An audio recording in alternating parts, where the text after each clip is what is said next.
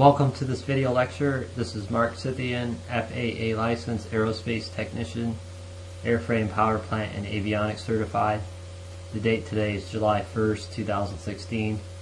In this video lecture we're going to cover propane powered 4-stroke gasoline piston engine dynamics.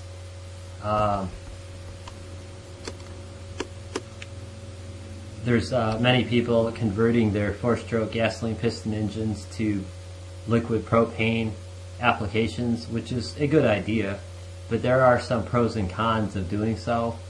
We'll first start that the only type of piston engine that's applicable to converting to propane powered is the 4-stroke gasoline piston engine. The other three types of piston engines, 2- and 4-stroke diesel and 2-stroke gasoline, they don't have the appropriate dynamics to support propane gas as a power source, at least not practically.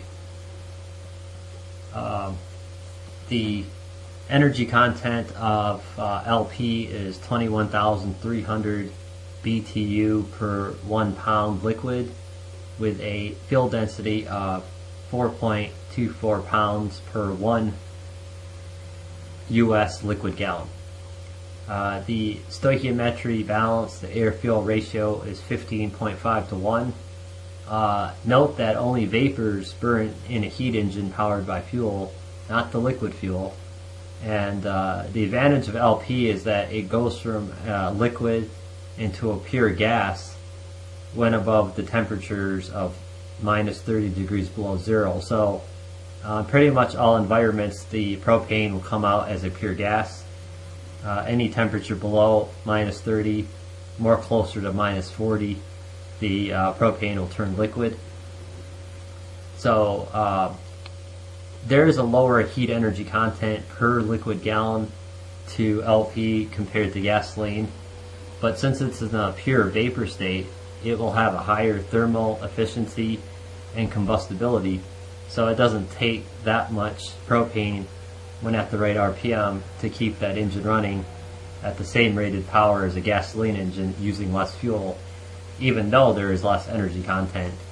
It depends how you set up the RPM output on a certain engine that's 4-stroke gasoline converted to propane. Due to the lean air-fuel mixture ratio, a 4-stroke gasoline piston engine powered on propane will overheat due to flame front thermal runaway without an air-fuel mixture richening solenoid, especially on idle. So too lean air-fuel ratio of a propane 4-stroke gasoline engine upgrade, when at idle RPM, there will be less airflow that moves through the cylinder and will result in overheating even if engine block is liquid cooled. Since the air-fuel ratio mixture of propane is so lean in regards to the propane gas when at idle, the flame front speed will experience thermal runaway and hot spots that will develop in the cylinder, especially at the cylinder head around the spark plug, causing the spark plug to overheat and burn out, causing the engine to shut down. The advantage of propane, even though there's less energy content per liquid US gallon, is that there is greater thermal efficiency, especially in a 20% oxygen environment. Air, by the way, is 20% oxygen. Most of it's nitrogen by volume. And because of this, because it's in a pure vapor state, the propane fuel will burn more efficiently and thoroughly within the cylinder compared to gasoline. So when the propane fuel in a gaseous form is mixed with oxygen and compressed, most of the fuel will burn compared to gasoline, which has to go through enough vaporization before it'll burn. So fuel vaporization, gasoline fuel vaporization systems actually increase the thermal efficiency, but they have some issues with too lean air-fuel mixture ratio. So the propane fuel experiences some of these problems. So on the higher RPM, the propane fuel in a gaseous form becomes very practical and useful. The exhaust emissions are much cleaner. Oil and exhaust components are much cleaner by as much as 6 times compared to using gasoline. It means you have a longer run time before you have to change the oil, by as much as 2 to 3 times longer than if it was gasoline powered. Exhaust will self-clean carbon residue when converting from gasoline to propane on a 4-stroke gasoline piston engine. The most practical application of propane as a power source for a 4-stroke gasoline piston engine is a constant RPM application, such as generators operating at the rated torque, maximum rated torque. So somewhere around 3,000 RPM continuous would be perfect for a propane powered 4-stroke gasoline piston engine upgrade, especially like driving a generator. You need a constant RPM to use the properties of an AC generator correctly. So too low an RPM when using propane as a power source will cause hot spots in the cylinder, which will burn out the spark plug due to too lean fuel mixture and not enough airflow. This will cause the flame front to speed up and encounter thermal runaway, leading to hot spots in the cylinder, especially around the spark plug, causing it to burn out. So all fuel-powered piston engines, when at low RPM or idle airflow, the air-fuel mixture will start to richen in order to stabilize the flame front speed, preventing thermal runaway. So hot spots and overheating, even with liquid-cooled engine blocks, are basically prevented by a mixture richening process when at idle. Especially like during stop-and-go driving, the fuel mixture will richen in your car to prevent the thermal runaway, because the airflow through the cylinder is much less than when it's running. So even with liquid cooling, like a radiator in the engine block for water cooling, you still get hot spots unless enough airflow moves through the cylinder to prevent too lean a fuel mixture, and that will cause the fuel to burn too quickly and lead to hot spots. So all the cars out there today, they will have a fuel richening system when at idle to keep the temperature stable, or use exhaust gas recirculation to slow down the speed of the fuel flame front as well, especially when it gets too lean. You want to richen it so you can stabilize the fuel burning speed. If that speed exceeds like let's say 100 feet per second on gasoline, it'll overheat even if you have liquid cooling. Propane driven cars that are 4-stroke gasoline must have a low RPM air fuel mixture richening solenoid to prevent hot spots and thermal runaway when at low RPM, or else spark plugs can burn out and cause engine failure. Overall, any fuel vaporization system implemented into a reciprocating piston engine powered by the burning of fuels will have an increase in thermal efficiency due to the fact the fuel is in its vapor state, and only vapors burn in an engine, not liquid fuel. So that's the added bonus about using propane in its gaseous state, is that it's already in its pure vapor state. So the thoroughness of the burn of all the fuel is more conducive to higher thermal efficiencies, even when there is less energy in that particular fuel. So less fuel or energy in the form of fuel is required to equal the same amount of power output comparable to gasoline, due to the fact propane enters the 4-stroke gasoline piston engine its vapor state, not liquid state, as with gasoline. As for safety, a flashback arrestor installed in line to the propane fuel line, connected to the throttle body or intake as a safety measure, is a good preventive measure for preventing fuel line explosions, because sometimes you may have a backfire into the engine's intake, backfire of some spark or burning fuel into the intake manifold where the carburetor or fuel injector is, and a rare chance some oxygen might be in that fuel line and cause an explosion of the fuel line. But this is completely suppressed by installing a flashback arrestor into the fuel line close to the carburetor or throttle body. If it happens to have any type of split flow or even a fuel injection, you would basically shut that down and let the pressure from the propane tank take precedent in the fuel delivery. Now, to calculate the gas flow input that you need to rate to the given engine, first off, you have to know that without a forced airflow induction device, such as a supercharger or turbocharger, it is the atmospheric pressure that is what pushes the air into the cylinder if the engine is naturally aspirated, as in it lacks a turbocharger or supercharger. So without a turbocharger or supercharger, the volumetric efficiency of a naturally aspirated piston engine is approximately 80%. This means only 80% of the cylinder volume can draw in air at or near sea level. The number of intake strokes of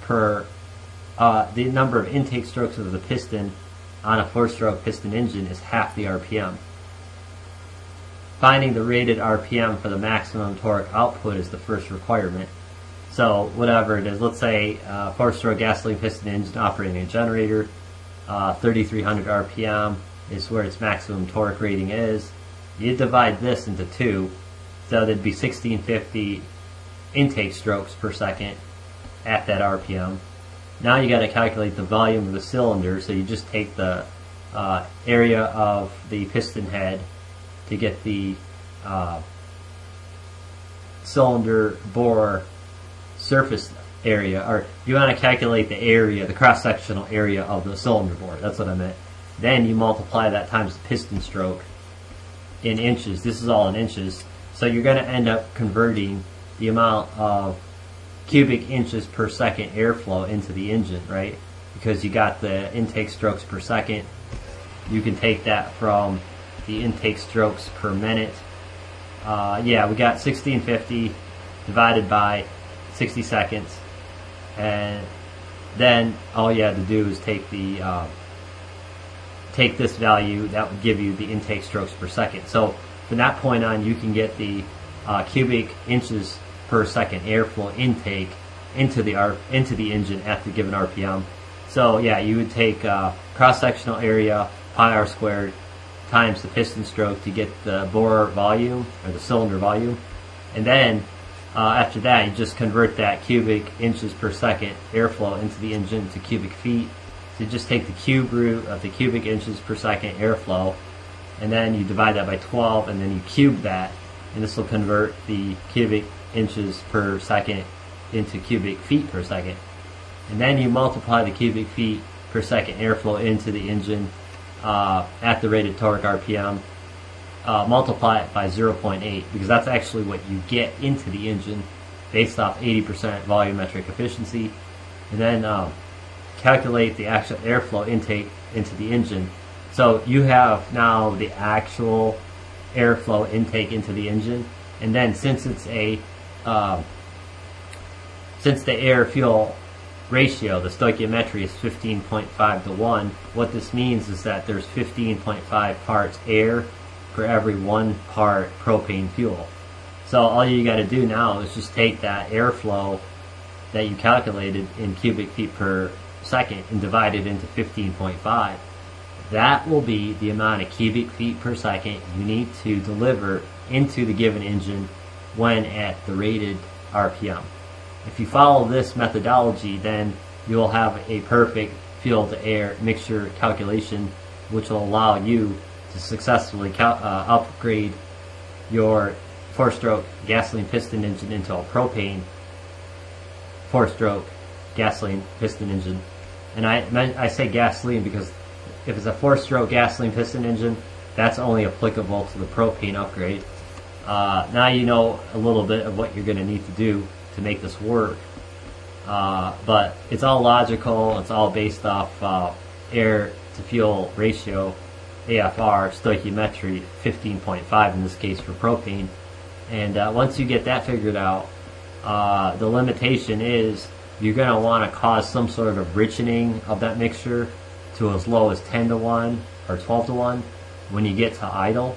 Otherwise, your engine will overheat and your spark plug will burn out. You'll just have a sudden shutdown. But there are richening. There's fuel mixture richening solenoids designed for propane, or a propane induction system that's designed to do all that.